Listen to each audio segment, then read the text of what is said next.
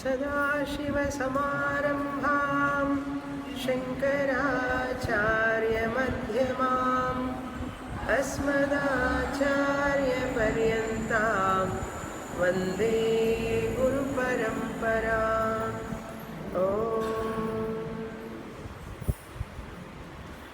పదమూడవ అధ్యాయం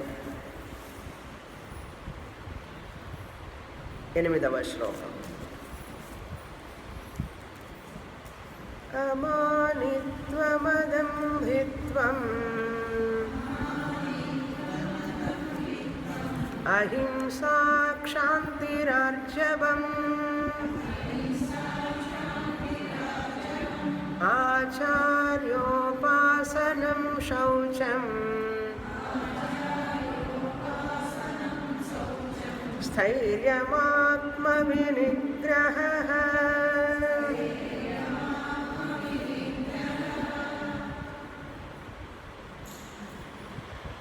ఆత్మజ్ఞానమును క్షేత్రజ్ఞ వివేక జ్ఞానాన్ని పొందడానికి కావలసినటువంటి అర్హతలు, విలువలు ఏమిటి అనే విషయాన్ని కృష్ణ పరమాత్మ అర్జునుడికి తెలియజేస్తున్నారు.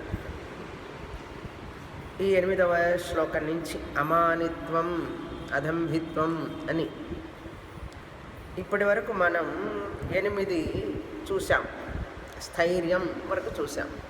అమానిత్వం అయిపోయింది, అదంభిత్వం 2, అహింస 3, శాంతి 4, ఆర్జవం 5, ఆచార్య ఉపాసనం 6, స్థైర్యం 7, శౌచం 7, స్థైర్యం 8. స్థిరస్య భావః స్థైర్యం. ఇవి పెంచుకోవడానికి మార్గాలు ఏమిటి అనే విషయాన్ని చెప్పాను క్రిందటి వారం. వివేకంతో వీటిని పెంచుకోవాలి మనం. అదేవిధంగా సంకల్పం, రెండవది సంకల్పం చేసుకోవాలి. ఇటువంటి గుణాలు నాకు మోక్షానికి ప్రయోజనంగా ఉంటాయి కనుక నేను వీటిని పెంచుకోవాలి, ఎటువంటి కష్టం వచ్చినా సరే అనే ఒక సంకల్పాన్ని చేసుకోవాలి మనసులో. 3 ఏం చెప్పాము అంటే ప్రతిపక్ష భావన. ఏవైతే మనకు లేవో, ఇప్పుడు ఒకవేళ భయం ఉన్నదనుకోండి, మనకు ప్రతిదానికి భయపడుతుంటాం. ధైర్యం మీద మనం మనస్సు చింతన పెట్టాలి, ఆలోచించాలి మనం. అదేవిధంగా మనిషికి ఎప్పుడూ కూడా కొన్ని రకాల కోపం వస్తూ ఉంటుందనుకోండి. కోపం అనేటువంటిది అసుర లక్షణం. ఆ కోపానికి వ్యతిరేక పదం ఏమిటి? శాంతి. శాంతి మీద మనస్సుని నిలపాలి. అలా అన్నమాట. ప్రతిపక్ష భావన అంటారు దాన్ని. ఆపోజిట్. భయం అయితే ధైర్యము, ద్వేషం ఉంటే ప్రేమని పెంచుకోవడం. అలా ఒక్కొక్కటి మనమే ఆలోచించుకోవాలి. 7, 8, 16 అధ్యాయంలో చెప్పారు మనకు కృష్ణ పరమాత్మ. అలా మనంతటా మనం ప్రయత్నం చేస్తూ ఉండాలి వాటి ప్రతిపక్ష భావనతో. ఇది 3. ఇది పెరగాలి అంటే మనకు సత్సంగం చాలా ఉపయోగపడుతుంది. సాధువుల సంఘం, సత్సంగం. సాధువులంటే సన్యాసులనే కాదు, ఎవరెవరైతే ఎప్పుడూ దైవ చింతన చేస్తూ దైవారాధనలో ఉంటూ దైవాన్ని గురించే మాట్లాడతారో వాళ్ళతో మనం సాంగత్యం కలిసిమెలిసి ఉంటూ ఉంటే మనం సత్సంగత్యంలో ఉన్నట్టు అర్థం. అప్పుడు మనం కూడా ఆ మార్గంలో ఉండడానికి సహాయపడుతుంది. ఇప్పుడు మనకు సత్సంగత్యం దొరకడం చాలా చాలా కష్టం ఈ యొక్క ఆధునిక ప్రపంచంలో. వెతికి మరీ వెళ్ళాలి. దూరమైనా సరే, సమయాన్ని వెచ్చించైనా సరే, అక్కడికి వెళ్ళినప్పుడు మనకు కలిగేటటువంటి తృప్తి, శాంతి, ఆనందం దానికి ఏది కూడా సమానం కాదు. కనుక సత్సంగం. చివరిగా ఏం చెప్పాము? ఇవి పెంచుకోవడానికి మరొక సాధనం ప్రార్థన. భగవంతుడిని ప్రార్థించాలి. నాలో ఇటువంటి గుణాలు పెరగడం కోసం నాకు శక్తినివ్వవలసింది పెంచుకోవడానికి అని ప్రార్థన చేయాలి. ప్రార్థిస్తే ఆయన ఇస్తాడు. మనలో ఎటువంటి లోపాలు ఉన్నాయో మనకు తెలుసు. మనకు తెలియకపోతే ఎవరికి తెలుస్తాయి? మనలో ఉన్న బలహీనతలు మనకు బాగా తెలుసు కనుక ఆ బలహీనతల నుంచి బయటపడాలి అని మనం సంకల్పం చేసుకొని భగవంతుడిని ప్రార్థించి సత్సంగత్యం వలన ప్రతిపక్ష భావనతో మనం చేస్తూ ఉంటే వివేకంగా మనకు ఖచ్చితంగా ఈ యొక్క 20 విలువలు మనం సాధించగలం. సాధిస్తామా లేదా అనేది మనకు సంశయం ఉండకూడదు. అభ్యాసం చేస్తూ ఉంటే అవే వస్తాయి. ఈశ్వర కృప ఉంటుంది కదా ప్రార్థన చేసే వాళ్ళకి, మరి తప్పకుండా ఆ యొక్క బలం ఉండాలి మనిషికి. కనుక స్థైర్యం అన్నారు. స్థైర్యం అనేది కూడా చాలా అవసరం. జ్ఞానం పొందాలనుకునే వ్యక్తికి స్థిరమైనటువంటి భావన ఉండాలి. కొంతమంది ఆరంభిస్తారు పనులు, మధ్యలోనే వదిలిపెడతారు. కొంతమంది ఆరంభించరు. ఒక ఆయన అన్నట్ట, అసలు నాకు అపజయం అంటేనే ఏమిటో తెలియదండి నా లైఫ్లో అన్నట్ట. ఫెయిల్యూరే లేదన్నట్ట. ఏం అటెంప్ట్ చేసావు అసలు ఫెయిల్యూర్ రావడానికంటే? నేనేం అటెంప్ట్ చేయలేదు, కానీ ఫెయిల్యూర్ లేదన్నట్ట. అటెంప్టే చేయని వాడికి, ప్రయత్నమే చేయని వాడికి, ఏ ఒక ఉద్యమాన్ని అంటే ఆరంభించని వాడికి నీకు విజయము జయము ఎక్కడ ఉన్నాయి అసలు? ప్రారభ్యతేన ఖలు విఘ్న భయేన నీచై అన్నారు. అధములైనటువంటి వ్యక్తులు నా ప్రారభ్యతే, దేన్ని ప్రారంభించరు అస్సలు. ఎందుకంటే మళ్ళీ విఘ్నాలు వస్తాయేమో, ఆగిపోతాయేమో మధ్యలో, ఎందుకులే అని చెప్పి ఏది ఆరంభించరు. సంగీతం కావచ్చు, నృత్యం కావచ్చు, పెయింటింగ్ కావచ్చు, ఏదైనా కానీ, అల్లికలే కావచ్చు, మనకు రకరకాలు ఉన్నాయి కదా కళలు, 64 కళలు. ఏదో ఒకటి. వంట చేయడం కూడా, ఎందుకు వంట పాడు చేస్తానో లేండి, నేను వంట చేయను ఉంటుంది ఒక ఆవిడ. కోడలు మా అత్తగారు బాగా వండుతుందని చెప్పి అత్తగారు చేస్తుంటే తింటూ ఉంటుంది. ఎందుకమ్మా అంటే, నేను చేసి వెళితే వంటింట్లోకి పాడైపోతాయండి. విఘ్న భయేన నీచై నా ప్రారభ్యతే నా ఆరభ్యతే. వాళ్ళు అధములు అంటారు వాళ్ళని. మధ్య రకాలైన మనుషులు ఏం చేస్తారు? ప్రారభ్య విఘ్న విహత విరమంతి మధ్య. మధ్యములైన వాళ్ళు, మీడియోకర్ పర్సన్స్, ప్రారభ్యతే ప్రారంభిస్తారు, విహతా విరమంతి మధ్య. అంటే ప్రారభ్య విహతా. విహతం అంటే ఏంటి? ఒక విఘ్నం వచ్చినప్పుడు దాన్ని ఆపేస్తారు.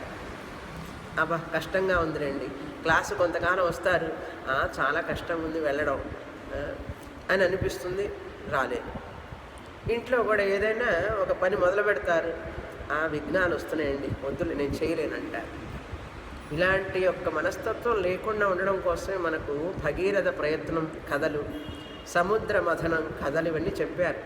అవి బాగా చదివితే చిన్నప్పుడు ఇట్లాంటి కథలు చదివి ఉంటే ఈ 6 100 100 6 అంటారు చూసారా, 100 6 6 100 నేను అనుకున్నది చేసి తీరతాను. అయితే మంచి సంకల్పాలు చేసుకోవాలి.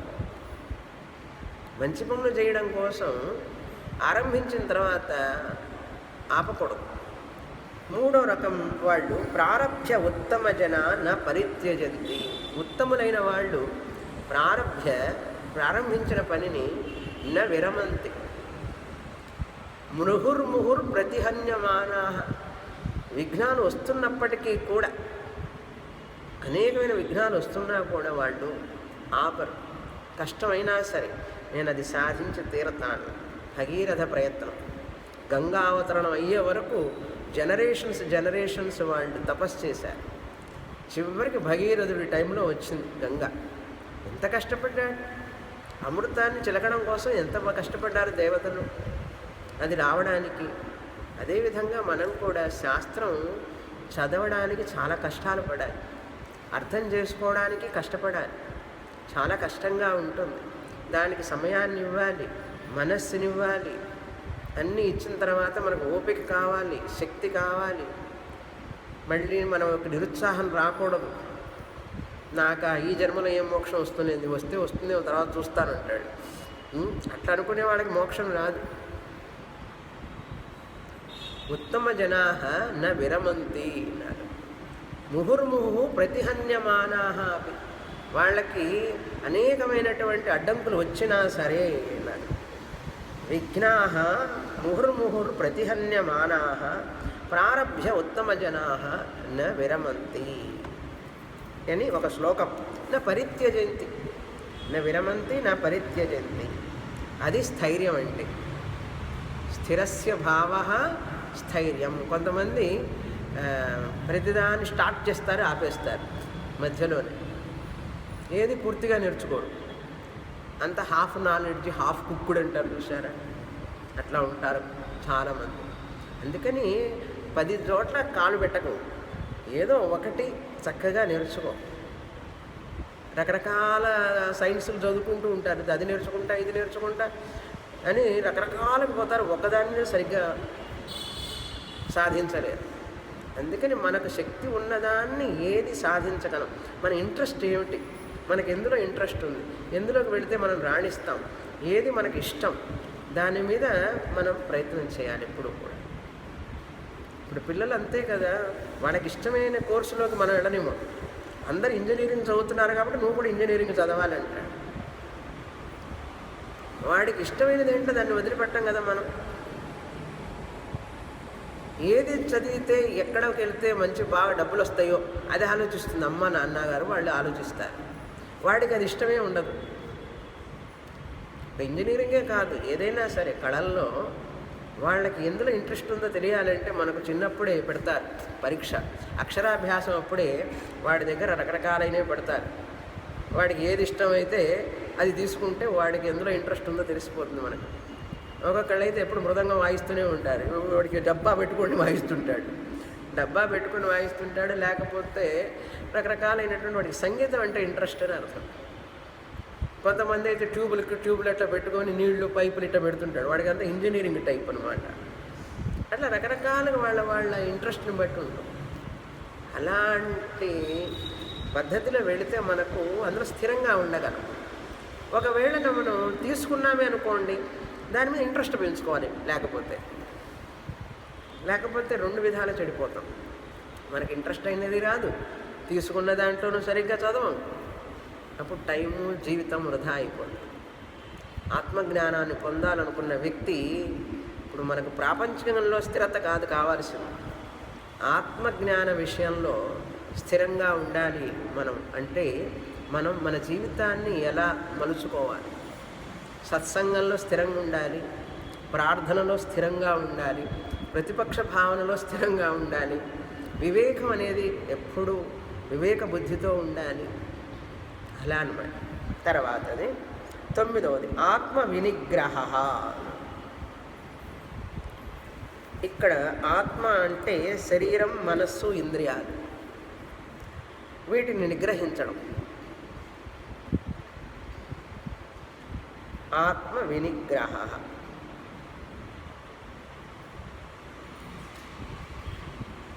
ఈ ఇంద్రియాలని, మనస్సుని మనం కాపాడుకుంటూ ఉండాలి.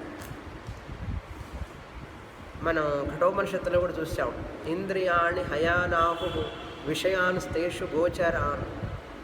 ఇంద్రియ నిగ్రహం లేని వ్యక్తి, మనోనిగ్రహం లేని వ్యక్తి ఏది సాధించలేడు. అందుకే యోగాభ్యాసంలో మొదట చెప్పేది అదే, యోగ చిత్తవృత్తి నిరోధ అంటారు. నీ యొక్క ఆలోచనలు ఇష్టం వచ్చినట్లుగా పోకూడదు. ఎలాగైతే సూదిలోకి దారం ఎక్కించాలంటే దారాన్ని మెలిచి ఎక్కిస్తాం, అదేవిధంగా మన మనస్సు, మన ఇంద్రియాలన్నీ కూడా ఒకవైపే నడవాలి. మనస్సేకం, వచస్సేకం, కర్మణి ఏకం. అలా ఇంటిగ్రేషన్ అంటారు దాన్ని. వినిగ్రహ అంటే అదే. మనస్సు, మనం మాట్లాడే మాట, మనం చూసేటువంటి వినేటటువంటివన్నీ కూడా ఒక డిసిప్లిన్ ఉండాలి. ఏది పడితే అది తినడం, తినాలనిపించిందల్లా తినడం, చూడాలనిపించిందల్లా చూడడం, చెయ్యాలనిపించిందల్లా చేయకూడదు. ఇది నా ఆధ్యాత్మిక మార్గానికి, నా శరీర ఆరోగ్యానికి, నా మనస్సుకి ఇవి మంచివా కాదా అని ఆలోచించాలి. ఎందుకంటే పట్టిపోవడం ఎంతోసేపు పట్టదు. ఒక బంతి పైనుంచి మెట్టు మించి పట్టడానికి ఎంతసేపు పడుతుంది? పైకి ఎక్కడం కష్టం, పడడం చాలా తేలిక. అందుకని ఇంద్రియ నిగ్రహం, మనోనిగ్రహాలను పాటించడం కష్టమే. అయినప్పటికీ కూడా వాటి యొక్క ప్రయోజనం చాలా ఉంటుంది. తర్వాత చిన్నప్పటి నుంచి ఆ అభ్యాసం చేసే వాళ్ళకి త్వరగా పెద్ద అయ్యేటప్పటికీ వాళ్ళకి స్వాధీనంలో ఉంటుంది మనస్సు, ఇంద్రియాలన్నీ కూడా. అందుకని ఒక్క నాలుకని జయిస్తే చాలు, అన్నీ జయించినట్లే. తినే నాలుకని, మాట్లాడే నాలుకని జయించు, మిగతా ఇంద్రియాలన్నీ జయించవచ్చు. అది జయించలేరు మనుషులు, చాలా కష్టం. జిహ్వ చాపల్యం, వాగుడుకాయ అంటారు చూసారా? అనవసరంగా మాట్లాడటం, అనవసరంగా తినడం, ఈ రెండింటిని మనం కొంచెం నియంత్రించామంటే మిగతా ఇంద్రియాలన్నీ చెప్పిన మాట వింటాయి. నాలుకను ఒక్కదాన్ని కనుక కంట్రోల్ పెట్టామంటే మిగతా అవన్నీ కంట్రోల్లో ఉంటాయి. ఎందుకంటే ఇదే పవర్ఫుల్. ఎందుకంటే 2 పనులు చేస్తున్నది ఇది. మాట్లాడే నాలుక, తినే నాలుక. ఈ ఒక్కరోజుకే కదా, పదరా తిను అంట. తీపి పదార్థాల్లో ఎంత నెయ్యి వేయాలి, ఎంత వేయకూడదు అది తెలియాలి. ఉప్పు ఎంత వేయాలి, కారం ఎంత వేయాలి, ఇది వేస్తే ఎంత నష్టం. ఎంత బాగుందండి రుచి. ఉప్పు కారం లేకుండా భోజనం ఏమిటండి అన్నారు. ఉప్పు కారం వేస్తే రుచిగానే ఉంటుంది, కానీ తర్వాత ఉంటుంది భజన. భజన అంటే ఏముంది? డాక్టర్ గారు బీపీ అంటారు, షుగర్ అంటారు, రకరకాల వ్యాధులు. అందుకని ఇంద్రియ నిగ్రహం, ఆత్మ వినిగ్రహ అన్నారు. కనుక అదేవిధంగా మనం మాట్లాడేటప్పుడు కూడా అనవసరంగా అవతల వాడిని బాధ పెట్టడం కూడా చేయకూడదు.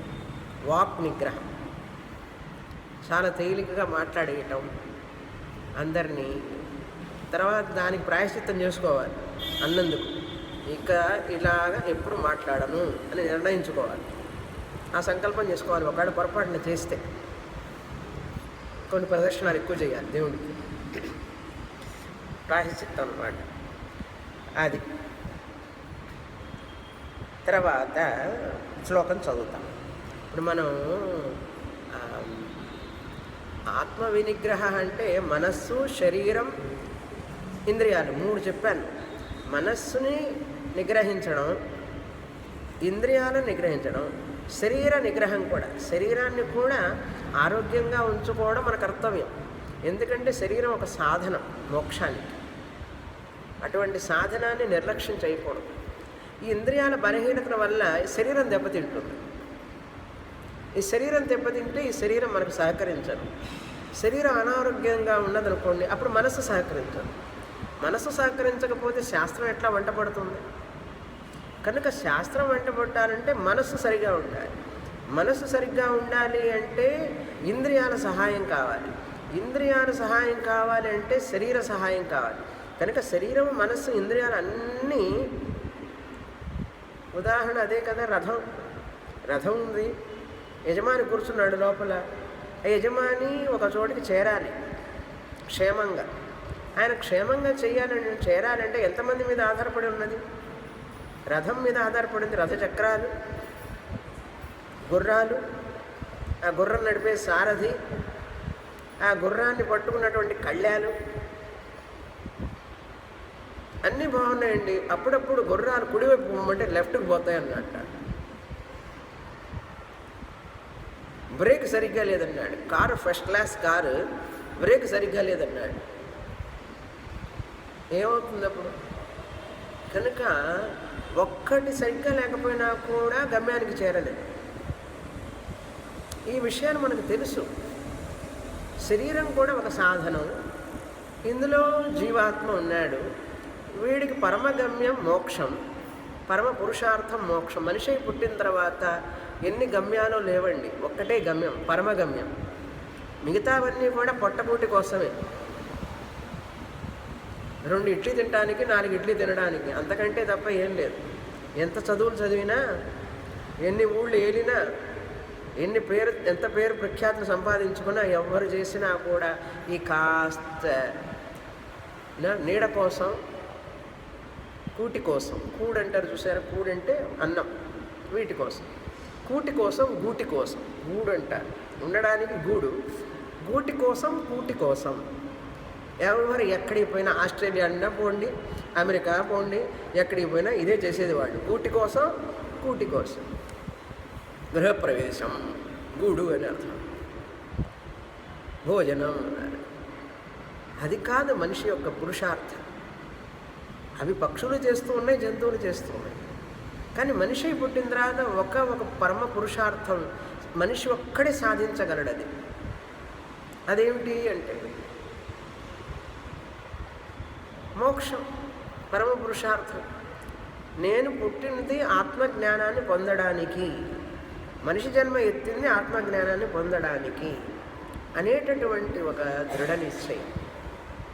అది రావడం కోసం, ఆ పరమ పురుషార్థాన్ని సాధించడం కోసం ఈ సాధన. దీన్ని పొందడం కోసం ఏమైనా సరే నేను అన్ని వదిలిపెట్టడానికి సిద్ధం అనే సంకల్పం రావాలి. మళ్ళీ మన చెయ్యి దాటిపోయిన తర్వాత మనం ఏం చేయలేం. మన చెయ్యి దాటిపోయిన తర్వాత ఏం చేయలేం చెప్తుంటారు కదా మామూలుగా లోకల్లోనూ.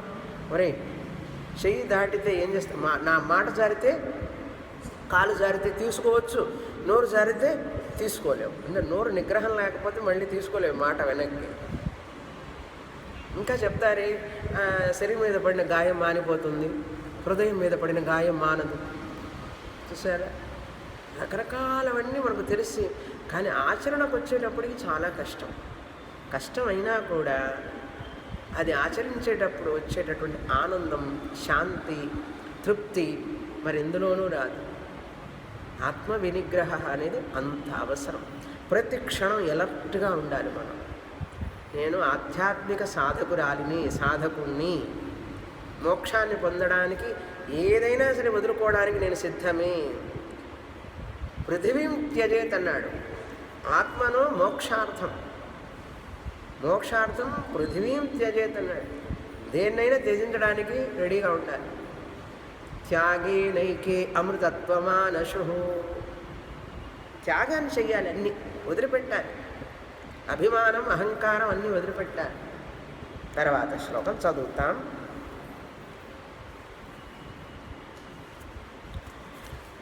9వ శ్లోకం.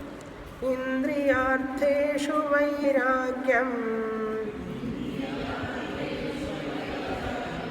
అనహంకార ఏవ చ జన్మ మృత్యుజరా వ్యాధి దుఃఖదోషానుదర్శనం.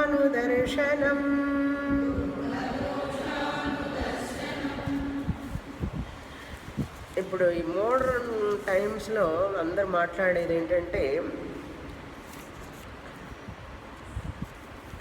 Time management, money management. నేను ఇంకోటి పెట్టాను, మైండ్ మేనేజ్మెంట్. టైం మేనేజ్మెంట్ తెలుసుకోరా అంటుంటా, పిల్లలకి చెప్తుంటారు. తర్వాత సంపాదించేటప్పుడు మనీ మేనేజ్మెంట్ చేసుకోరా అంటారు.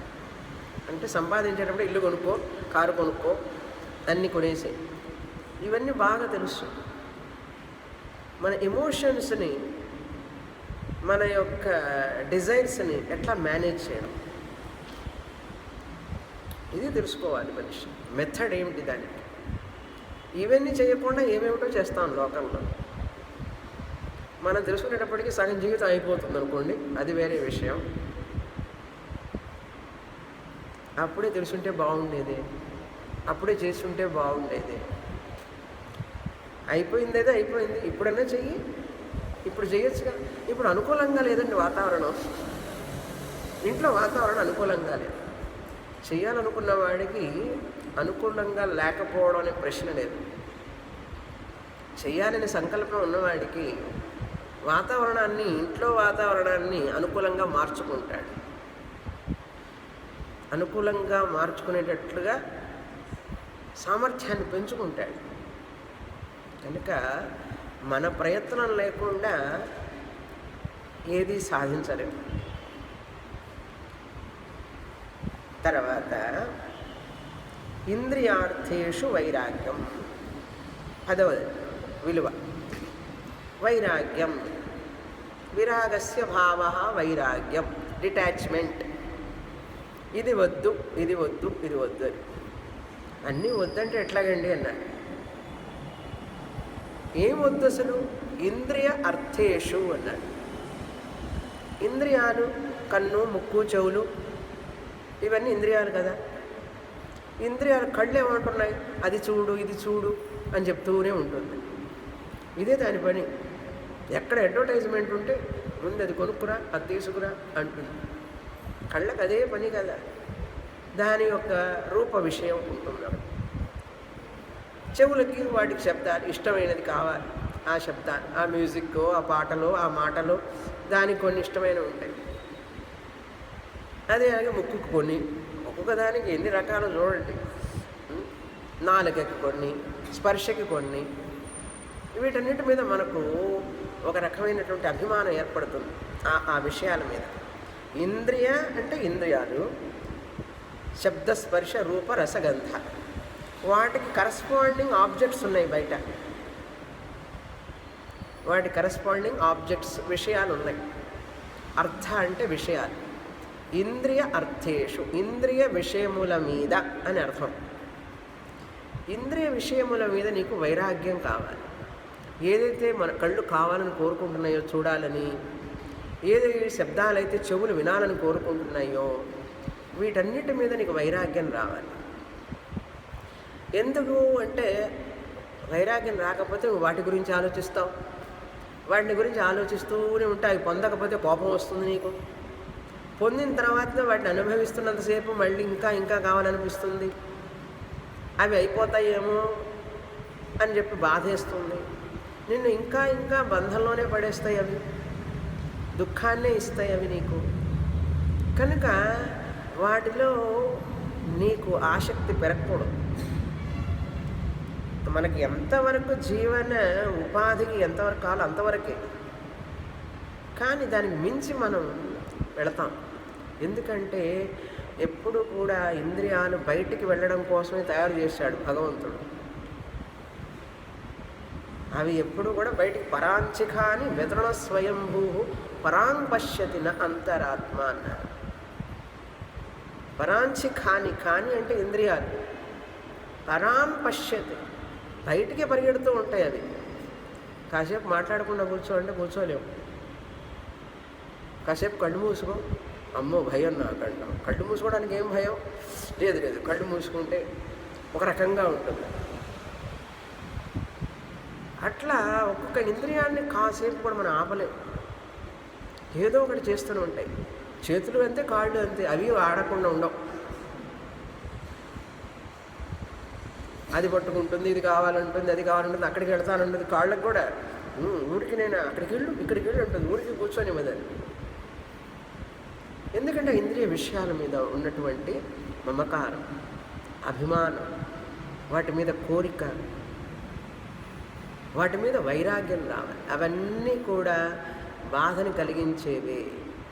అవన్నీ కూడా నాకు అవసరం లేదు అనే వైరాగ్యం కావాలి. ఎలా వస్తుంది వైరాగ్యం అంటే దోష దర్శనం. ఆ పదార్థాలు తింటే ఈ ప్రాబ్లమ్స్ ఉంది. సంక్రాంతికి తిన్నది ఆ ఎఫెక్ట్ ఒక నెల ఉంటుంది. మళ్ళీ అంత తేలిగ్గా పోదు కదా. మళ్ళీ అవన్నీ అరిగి మనకు బుద్ధి వచ్చేటప్పుడు ఇంకో పండగ వస్తుంది. ఇదే కదా మన కథ. 2 కేజీలు తగ్గేటప్పుడు 3 కేజీలు పెరుగుతాం. ఒక విషయం కాదు, అన్ని విషయాలలో అంతే. మనం ఓడిపోయిన సంఘటనలు ఎన్నో, గెలిచిన సంఘటనలు చాలా తక్కువ. ఓడిపోతూ ఉంటాం ఎప్పుడు. పెద్దగా మాట్లాడకూడదు అనుకున్నా, నోరు చేస్తే సౌండ్ డిసెబుల్ ఎక్కడికో వెళుతుంది, హై పిచ్లో. ఓడిపోతాం. కోపం రాకూడదు అనుకున్నా, ఆయన వచ్చేసి. ఎందుకంటే నేను పొందాలని ఏదో అనుకుంటాను, కోరుకుంటాను, అది పొందలేకపోతాం, వెంటనే బాధ వస్తుంది. అందుకని వైరాగ్యాన్ని పెంచుకో. ఇంద్రియార్థేషు వైరాగ్యం, ఇది 10వ విలువ.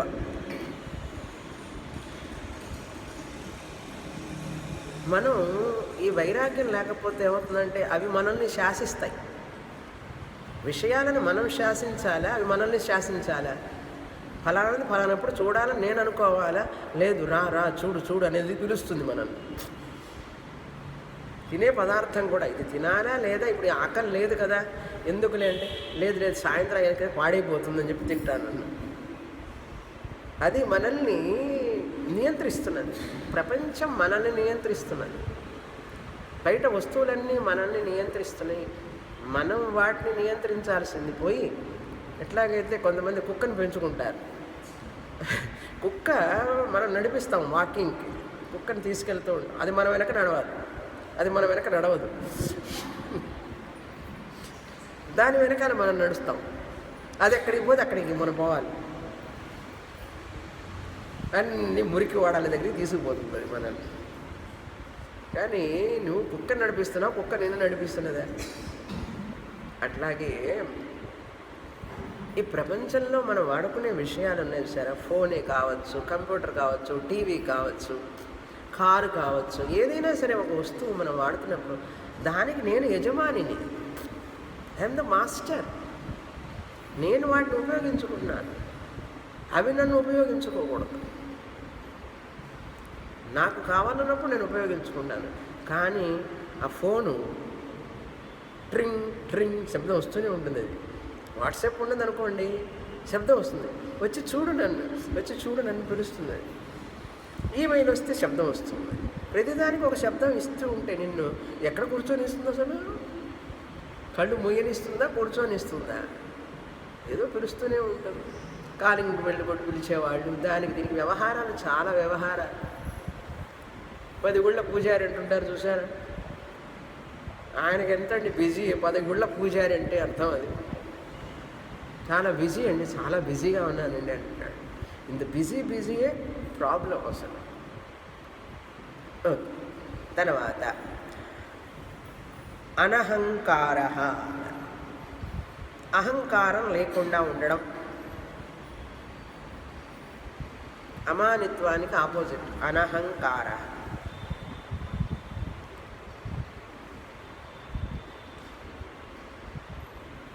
తర్వాత 12 జన్మ మృత్యు జన వ్యాధి దుఃఖ దోష అనుదర్శనం. మొత్తం కలిపి 1, 2వ లైన్ అంతా కలిపి ఒక విలువ.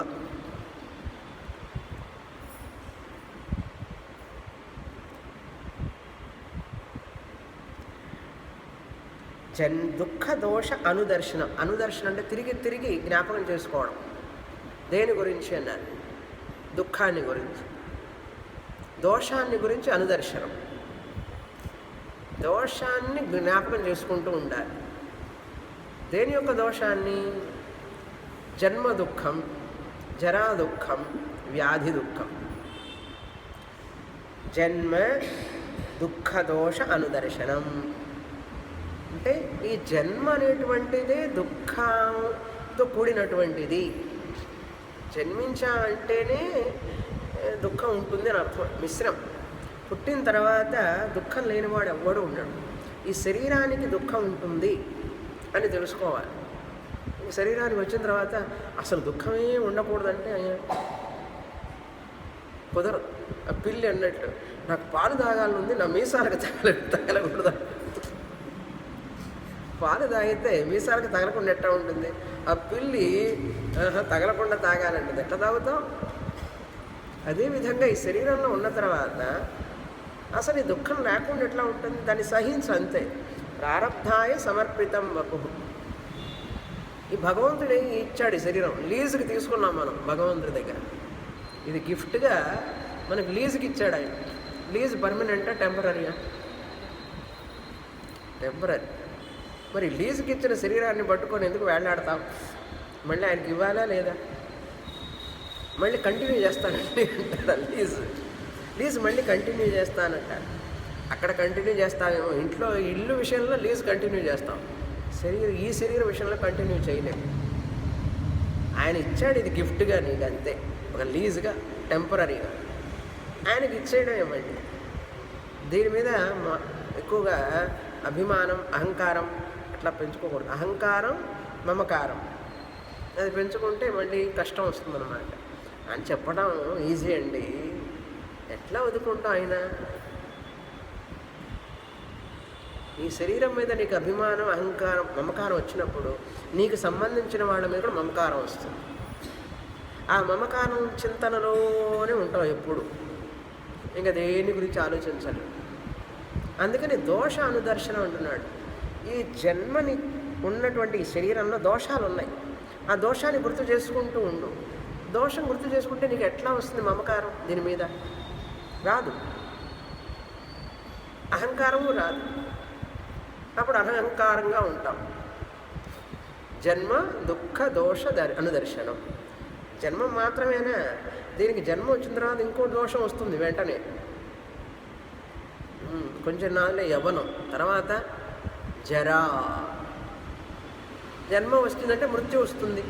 జాతస్య హి ధ్రువో మృత్యు ధ్రువం జన్మ మృతస్య చ తస్మాత్ అపరిహార్య అర్థే నత్వం శోచితుం అర్హతి అన్నారు కృష్ణ పరమాత్మ. Incurable diseases, incurable, you cannot change అనమాట. నువ్వు మార్చలేవు. జన్మ వచ్చిందా మరణం వస్తుంది. జన్మని ఎట్లాగైతే మనం ఆనందంగా స్వీకరిస్తామో అట్లాగే మరణాన్ని కూడా స్వీకరించు. ఒక కాయిన్ తీసుకుంటే దానికి 2 పక్కలు ఉంటుంది కదా, అంగీకరించాలి. అదేవిధంగా శరీరం వచ్చిన తర్వాత, జన్మ వచ్చిన తర్వాత మరణం కూడా ఒక part of this birth death. వేరు వేరు కాదు. బర్త్ ఉంటే జన్మ ఉంటే మృత్యు ఉంటుంది. ధ్రువం, ఖచ్చితం అని అర్థం. ఎవరు చెప్పారు? కృష్ణ పరమాత్మే. జాతస్య హి, పుట్టినవాడికి, మృత్యు ధ్రువం. జాతస్య హి ధ్రువో మృత్యు. ఇక్కడ శ్లోకం కాదు, వేరే శ్లోకం. మృత్యు అనేది ధ్రువం అన్నాడు. అప్పుడు ఏం చేయాలి? ఆ మృత్యువుని కూడా, మరణాన్ని కూడా నార్మల్గా భావించగలిగే శక్తిని పెంచుకోవాలి. భయపడకూడదు. చెప్పాను కదా, మృత్యు ఎన్నిసార్లు వస్తుందండి మనిషికి? 3-4 టైమ్స్ వస్తుందా? ఒకే ఒక్కసారి. కానీ మృత్యు భయం. అన్నీ బాగున్నప్పుడు చాలా మమకారం దీని మీద, ఒకటే అభిమానం. ఇది పనికి రాకుండా పోతుందనుకోండి, అబ్బా ఎందుకు ఈ శరీరం, తొందరగా తీసుకెళ్ళయ్యా అంటాం. ఇది బాగున్నప్పటికీ కూడా అప్పుడే మనకు బుద్ధి రావాలి. అన్ని రోగాలు వచ్చిన తర్వాత బుద్ధి కాదు రావాల్సింది. ఇది బాగా ఉన్నప్పుడే నీ సంగతి నాకు తెలుసులే అని చెప్పాలి. ఊరిస్తుంటుంది మనల్ని. చాలా బాగున్నట్లుగా, కొంచెం మిసమిసలాడుతున్నట్లుగా ఆరోగ్యంగా కనపడుతుంది. మనల్ని అట్లా చేయించి మనల్ని మైమరిపించేట్లు చేస్తుంది శరీరం. నేను నీ మాయలో పడను, నీ స్వభావం నాకు తెలుసు, కొద్ది రోజులు వచ్చిన తర్వాత నీకు అన్ని జవసత్వాలన్నీ విడిగిపోతాయి, ముసలితనం వస్తుంది, వణుకుతావు. జర, ముసలితనం. మృత్యు వస్తుంది. మృత్యు రావడానికి మధ్యలో ఒకటి వస్తుంది, ముసలితనం. ఫెంటాస్టిక్ అండి ఓల్డ్ ఏజ్ అంటారు ఎవరన్నా. ఓల్డ్ ఏజ్ చాలా వండర్ఫుల్, బ్యూటిఫుల్ నో. ముసలితనం వస్తే దాని వలన వచ్చే బాధ అంతా ఇంత కాదు. ఎముకలు బలహీనమైపోతాయి, జవసత్వాలన్నీ తగ్గిపోతాయి, కళ్ళు చూపు తగ్గిపోతుంది, చెవులు వినపడవు, జీర్ణం తగ్గిపోతుంది, జీర్ణకోశం పని తగ్గిపోతుంది. ఒకటే రెండా ఈ లోపల ఉన్న మొత్తం వాటి పనిని సరిగ్గా చేయలేవు. ముసలితనం వచ్చేటప్పుడు, మరణానికి ముందే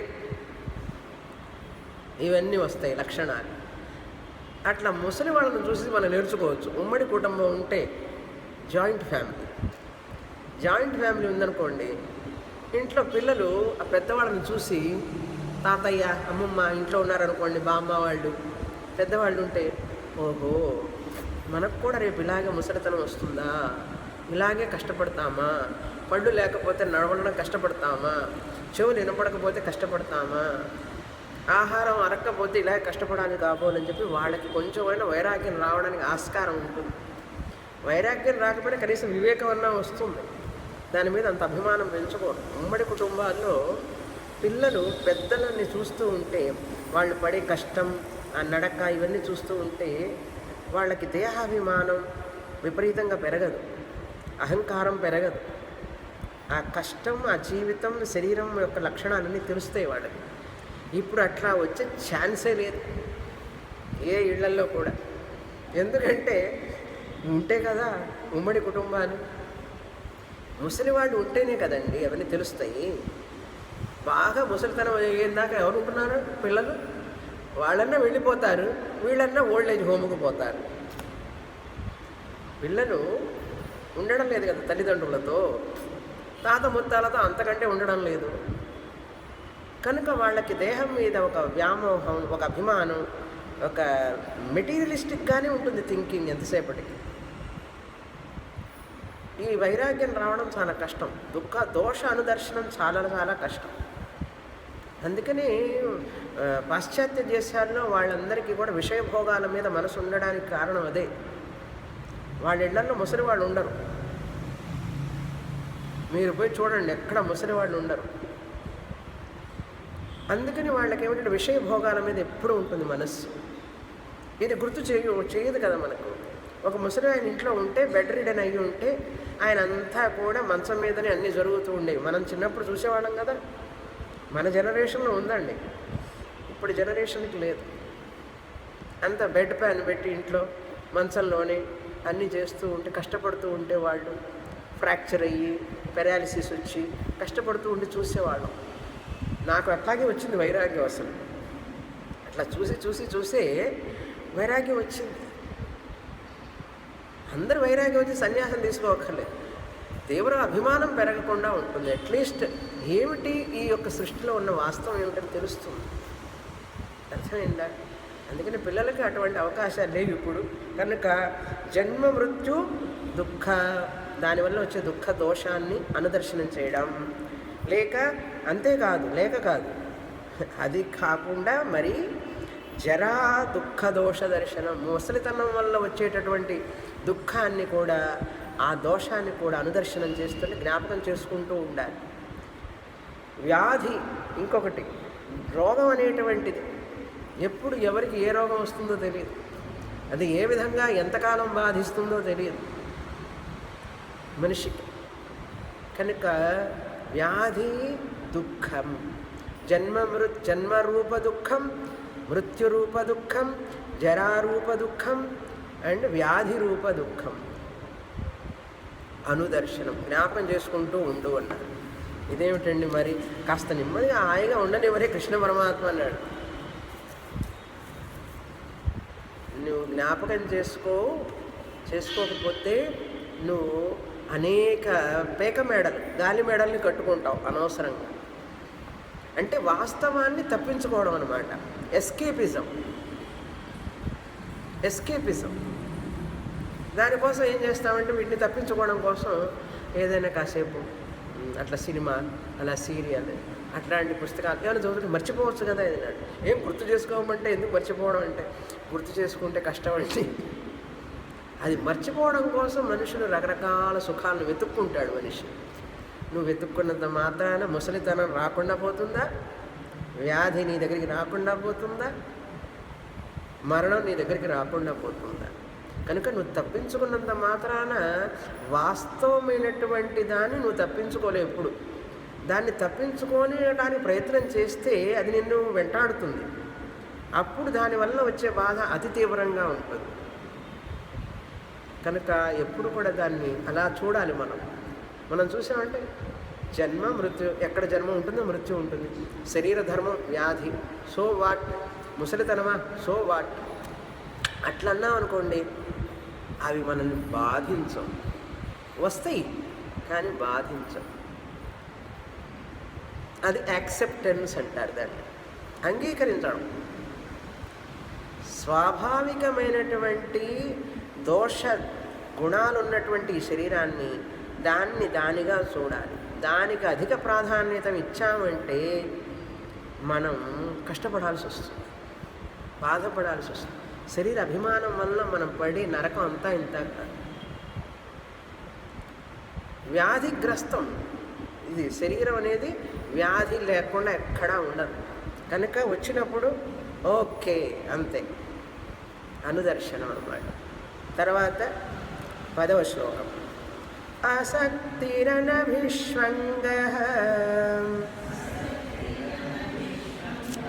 పుత్రదారగృహాదిషు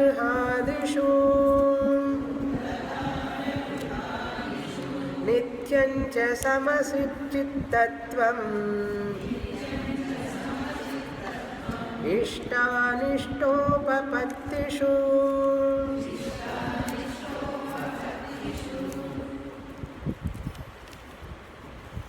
జన్మ మృత్యు జరావ్యాధి దుఃఖదోష దర్శనం 12వది అయిన తర్వాత 13వది చెప్తున్నారు, ఆసక్తి అని. ప్రపంచంలో సుఖము ఉన్నది, దుఃఖం ఉన్నది. శరీరం మంచిదా కాదా అంటే మంచిది కాదు, చెడు కాదు. శరీరం అన్నదానికి మంచి ఉంది, దీనివల్ల ప్రయోజనం ఉన్నది, దీనివల్ల కష్టాలు ఉన్నాయి. ఈ ప్రపంచం మంచిగా చెడా అంటే మంచి ఉంటుంది, చెడు ఉంటుంది. ప్రపంచం ఎదుగుట, తరుగుట, వెలుగు, నీడ. కనుక ఎప్పుడు కూడా ఇది ఇలా ఉందా అలా ఉందా అని చెప్పి తర్జుమా చేయకూడదు, తర్జన భర్జన చేయకూడదు. వాస్తవికతని తెలుసుకోవడానికి ప్రయత్నం చేయాలి. సుఖం ఉంది, దుఃఖం ఉంది. ప్రతి దాంట్లో, ప్రతి ఇంద్రియ భోగంలో కూడా ఒక ప్లస్ పాయింట్ ఉంటుంది, ఒక మైనస్ పాయింట్ ఉంటుంది. ఆ మైనస్ పాయింట్లో మనం ఒక లెసన్ నేర్చుకోవాలి. దుఃఖం వచ్చిందనుకోండి, దుఃఖం వచ్చినప్పుడు నా దుఃఖానికి కారణం ఎవరు అని 10 సార్లు ఆలోచిస్తాం. 10 ఒక్కసారి జరుగుతున్న ఇన్సిడెంట్ 100 సార్లు ఆలోచిస్తాం. ఒకరోజు కాదు, నెలల తరబడి అవి జ్ఞాపకాలు వస్తూనే ఉంటాయి. కుమ్మరి పురుగు తొలవడం అంటారు చూసారా? కుమ్మరి పురుగు తొలిచినట్టు తొలుస్తూ ఉంటుంది ఒక్కొక్క ఇన్సిడెంట్ మనిషిని మనస్సులో. జరిగిపోయింది, ఎప్పుడూ అయిపోయింది, అవసరం లేదు కదా. అయినా ఎందుకు ఆలోచిస్తామంటే దెబ్బతిన్నది అహంకారం. అహంకారం దెబ్బతినేటప్పటికీ తట్టుకోలేదు. ఆ వ్యక్తి ఏదో అన్నాడు, నన్ను అన్నాడు, వాళ్ళు కారణం అనుకుంటాం. కానీ ఇక్కడ ఉన్నది దోషం, బయట లేదు దోషం. దుఃఖం రావడం అనేటువంటిది సహజం. ప్రపంచంలో ఒక వ్యవహారం చేసేటప్పుడు ఒక వ్యక్తితో కానీ ఒక విషయంలో కానీ అది జయం ఉంటుంది, అపజయం ఉంటుంది. మనం అనుకున్నట్లుగా అది ఫలాన్ని ఇవ్వకపోవచ్చు. మనం చేసిన పని వల్ల వచ్చే ఫలం. కర్తగా భోక్తగా మనం అనుభవిస్తూ ఉంటాం. కర్తగా చేస్తూ ఉంటాం, భోక్త ఫలాన్ని అనుభవిస్తూ ఉంటాం. అలా వచ్చినప్పుడు మనిషి ఎట్లా ఉండాలి? కర్తగా భోక్తగా ఉన్నప్పుడు ఏ విధంగా ఉండాలంటే, కర్తగా ఉన్నప్పుడు ఈశ్వర అర్పణ బుద్ధితో చేయాలి. కొన్ని మనకి ఇష్టం ఉండవు, చేయాల్సి వస్తుంది. మనకి ఇష్టమైనవి చేయడానికి ఆస్కారం ఉండదు. కొన్ని ఇలా ఏర్పడుతుంది పరిస్థితి. అప్పుడు ఏం చేయాలి? తప్పనిసరిగా చేయాల్సిన పరిస్థితి వచ్చినప్పుడు అది ఇష్టపడు. చేసేటప్పుడు భగవంతుడా నీకోసం చేస్తున్నానని చెప్పి దాన్ని ఈశ్వర అర్పణ బుద్ధితో చెయ్యి. లేకపోతే ఒకటే స్ట్రెయిన్ మనస్సుకి. చేసిన తర్వాత ఫలం వస్తుంది, ఆ ఫలాన్ని అనుభవించాలి. అనుభవించేటప్పుడు ఎందుకు అనుభవించాలి నేను అని అడగకూడదు. ఇది ప్రసాదం, భగవంతుడు ఇచ్చాడు, అంతే అనుభవించు. నేను ఎందుకు అనుభవించాలి ఈ బాధని, ఈ ఫలాన్ని అంటే నీకు అవసరం, యూ డిజర్వ్ ఇట్. అది అనుభవిస్తే కానీ నీకు బాగా పాఠం రాదు బుద్ధి. అందుకని భగవంతుడు అట్లాంటి ఎక్స్పీరియన్స్ ఇస్తాడు. భగవంతుడు ఇస్తుంటాడు. అంటే జీవితంలో learn lessons from your own experiences అంటారు. అలా నేర్చుకునేవాడు బుద్ధిమంతుడు. నాకెందుకు ఇట్లా జరగాలి, అట్లా ఎందుకు జరగాలి, వాడు అట్లా ఎందుకు అన్నాడు అడగ. భగవంతుడిని ఎప్పుడూ ఎందుకు చేస్తున్నాడు భగవంతుడిని అడగద్దు. ఏని మీద కూడా ఆసక్తిని పెంచుకోకుండా నీ పని నువ్వు చేస్తూ ఉండు. ఆసక్తి అనభిష్వంగ అసక్తి అంటే ఆసక్తి లేకుండా ఉండడం. కుటుంబంలో వారి మీద కానీ ఎవరి మీద అనే సరే అభిమానం ఆసక్తిని పెంచుకోవాలి. తామరాకు మీద నీటి పొట్టులాగా ఉండాలి. అనభిష్వంగ అంటే విపరీతమైనటువంటి ట్రాన్సాక్షన్, అతి సన్నిహితత్వం. ఎవరైనా సరే, భార్య కావచ్చు, భర్త కావచ్చు, పిల్లలు కావచ్చు, తల్లి కావచ్చు, తండ్రి కావచ్చు, ఎవరి మీద అతిగా చనువు అతిగా ఉండకూడదు. ఏది అతి సర్వత్ర సర్వత్ర వర్జయేత్. అతిగా ఏది చేసినా కూడా నష్టమే. అతిగా ప్రేమ పెంచుకోవడం, అతిగా సన్నిహితంగా ఉండడం, అతిగా మాట్లాడటం ఆసక్తి అన్నారు. అభిష్వంగ అంటే ఇంకా వాళ్ళు ఉంటేనే నా జీవితం, వాళ్ళతోనే నా జీవితం, వాళ్ళు లేకపోతే నేను ఉండలేను, నా జీవితం అవుట్, ఇట్లా అనుకుంటూ ఉంటారు. చూసారా కొంతమంది?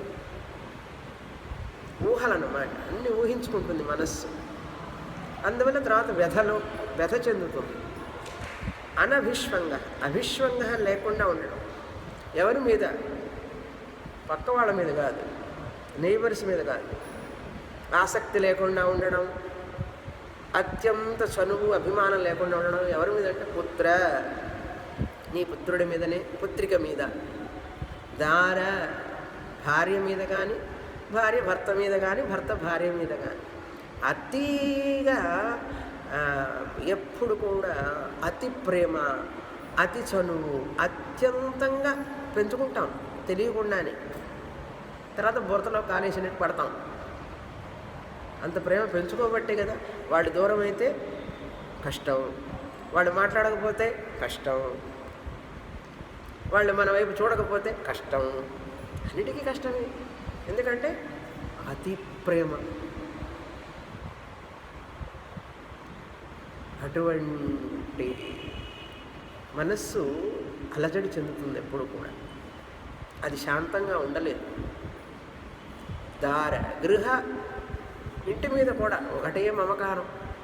ఇంటి మీద ఉంటుంది కొంతమందికి అభిమానం, అబ్బా చెప్పలేం. పుత్ర దార గృహాదిషు ఆసక్తి, శక్తి లేకుండా ఉంటుంది. భగవంతుడిది ఇల్లు. భగవంతుడు ఈ వ్యక్తి, ఈ పుత్రుడు, పుత్రిక, కొడుకు, కూతురు, భర్త, భార్య కానీ ఇవన్నీ భగవంతుడు ఇచ్చినటువంటివి. ఏమో పుట్టుకతోనే తీసుకొచ్చేవాడు అందరి నువ్వు లేదే, భగవంతుడు ఇచ్చినవాడు. అందుకని భగవంతుడికి సంబంధించిన వాడు, నీకేం హక్కు లేదు వాళ్ళ మీద. హక్కు లేదంటే వినదు మనస్సు. నా ప్రాపర్టీ అండి వాళ్ళు అంటాం మనం. నీ ప్రాపర్టీ కాదు, భగవంతుడి ప్రాపర్టీ.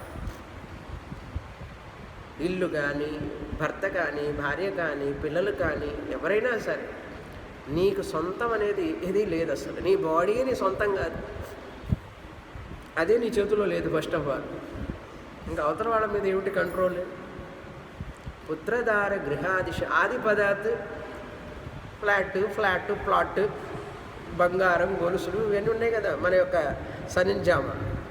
ఇవన్నీ కూడా వాటి మీద ఆసక్తి లేకుండా ఉండడం, అవిశ్వంగా లేకుండా ఉండడం, వాటి మీద విపరీతమైన అభిమానాన్ని పెంచుకోకుండా. పుత్రధార గృహాదిషు, మొత్తం ఒక లైన్ అంతా కలిపి ఒకటే. పుత్రధార గృహాదిషు ఆసక్తి అనభిష్వంగ. తర్వాత నిత్యంచ సమచిత్తత్వం, ఎప్పుడు సమచిత్తంతో ఉండాలి. ఎల్లప్పుడూ నిత్యం కష్టాలు వస్తూ ఉంటాయి, ఆ కష్టం కూడా మంచికే అనుకో, అంతా మన మంచికే, ఏది జరిగినా మంచికేనండి, భగవంతుడు అన్నీ మంచికే చేస్తాడు అని చెప్పి అనుకున్నా అంటే బాధ ఉండదు. ఆ కాసేపు అట్లాగే భరించాలి. ఎందుకో ఇచ్చాడో ఈ యొక్క అనుభవాన్ని నాకు, ఈ కష్టాన్ని ఆయన, ఏదో ఉంటుంది కారణం, లేకపోతే ఎందుకు ఇస్తాడు? నా కోసమే ఏదో మంచికి అని అనుకోవాలి. ఏది జరిగినా సరే అది నిత్యంచ సమచిత్తత్వం. కష్టం వచ్చినా సరే, సుఖం వచ్చినా సమంగా ఉండడం నేర్చుకోవాలి. చిత్తం అనేది సమంగా. సమచిత్తత్వం నిత్య అనిత్య ఉపపత్తిషు, ఇష్ట అనిష్ట ఉపపత్తిషు, మొత్తం మళ్ళీ ఒకటే. సమచిత్తత్వం దేని యందు అంటే ఇష్ట అనిష్ట ఉపపత్తిషు. ఇదంతా కర్మయోగం గురించేనండి చెప్పడం. ఇష్టానిష్టోపపత్తిషు, ఇష్టమైనవి లభించినప్పుడు, అనిష్టమైనటువంటివి, ఇష్టం కానటువంటివి జరిగినప్పుడు సమచిత్తత్వం. నాకు ఇష్టం లేనివి జరుగుతున్నప్పుడు ఇష్టపడడం నేర్చుకో. ఎందుకంటే నువ్వు ఇష్టపడకుండా ఉండడానికి ఇంకా నీ చేతుల్లో లేదు అది. ఇష్టమైన జరిగినప్పుడు పొంగిపోవద్దు, అనిష్టమైన జరిగినప్పుడు కుంగిపోవద్దు. ఉపపత్తిషు, అవి జరుగుతున్నప్పుడు అని అర్థం.